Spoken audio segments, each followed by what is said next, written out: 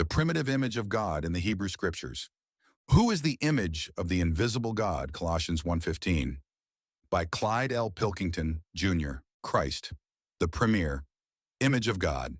While Adam was created in the image of God, it was the last Adam, Christ, who is the premier image of God. It is Christ who is truly Emmanuel, God with us. It is He who is the divine prototype and generator of the new creation and new humanity. It is He who is leading many sons into glory. There is a new creation. The primitive passed by, 2 Corinthians 5:17. An imperfect image of God. What this means is that the old creation and old humanity are an imperfect and distorted image of God, as is God's manifestation of Himself until the arrival of Jesus Christ.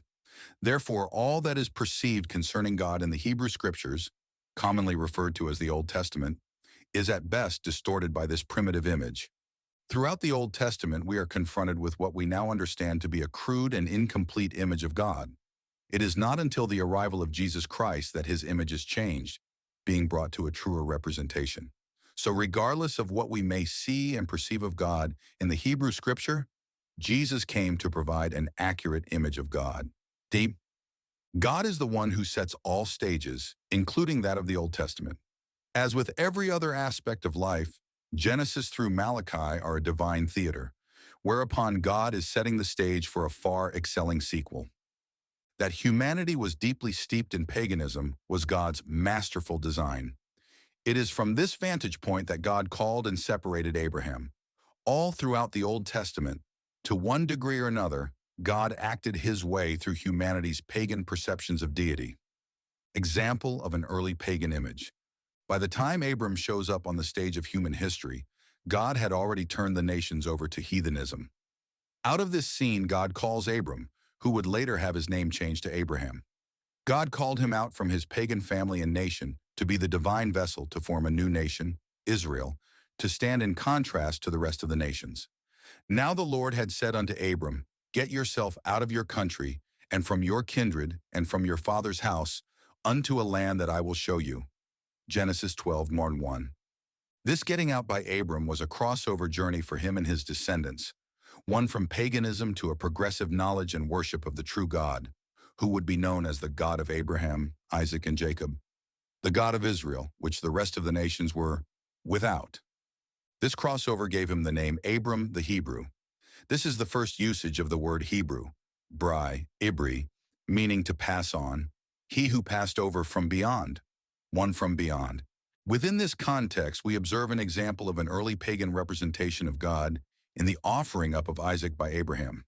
Such an offering was clearly a pagan ritual. God tested Abraham accordingly and walked him through that ritual and out the other side, falling short of the actual sacrifice, saying, Do not lay your hand on the lad, nor do anything to him. Genesis 22:12.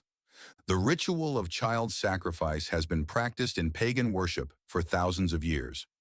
One prominent example from the Scriptures is the sacrifice of children made to Molech, god of the Ammonites. Yet under the law of Moses, Israel was prohibited from offering such sacrifices, and later, Yahweh goes so far to say, They have built high places to Baal on which to burn their children in the fire, as burnt offerings to Baal, something I have never commanded or mentioned. I never entertained the thought, Jeremiah. While relatively God may have disguised Himself in pagan paradigms, absolutely child sacrifice was something certainly foreign to His nature of love. Here a little, there a little.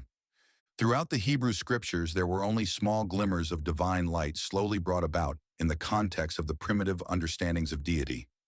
God played into the hand of Adam's false view of alienation. I was afraid, and I hid myself.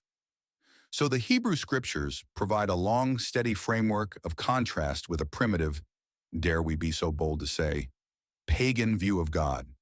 Therefore, the revelation of God in the Hebrew Scriptures often initially looks a lot like that of pagan deities. This is not unlike the current views that Christianity holds. So not only is this the Scripture's own progression of divine revelation, from blurred paganism to the true image of God, Christ, but it is the common development for all humanity in the relative sense. In a subjective way, this is the course of understanding that is ordinary among individuals even today. Our initial understanding and relationship to God is nearly, if not totally, along pagan concepts.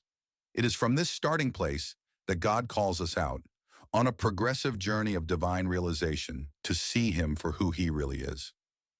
Amen. God's predetermined method was that every layer of revelation, ever so gradually and increasingly, superseded the previous, always giving way to an advanced understanding of God.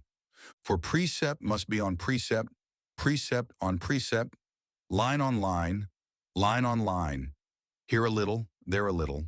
Isaiah 28:10. With this progressive revelation, every divine testimony supersedes the previous sem, as Christ declared, I have a testimony greater than John's. John 5:36. The apex of divine revelation. If the Old Testament was a true and accurate image of God, and not weak and distorted, there would have been no need for Christ. Thus, Christ is the summit of divine revelation, first upon the earth during his ministry among Israel, and then from his universal pinnacle, far above all heavens. God, who at many times and in many ways spoke in time past to the fathers by the prophets, has in these last days spoken to us by his Son, the express image of his essence, Hebrews 1:1-3.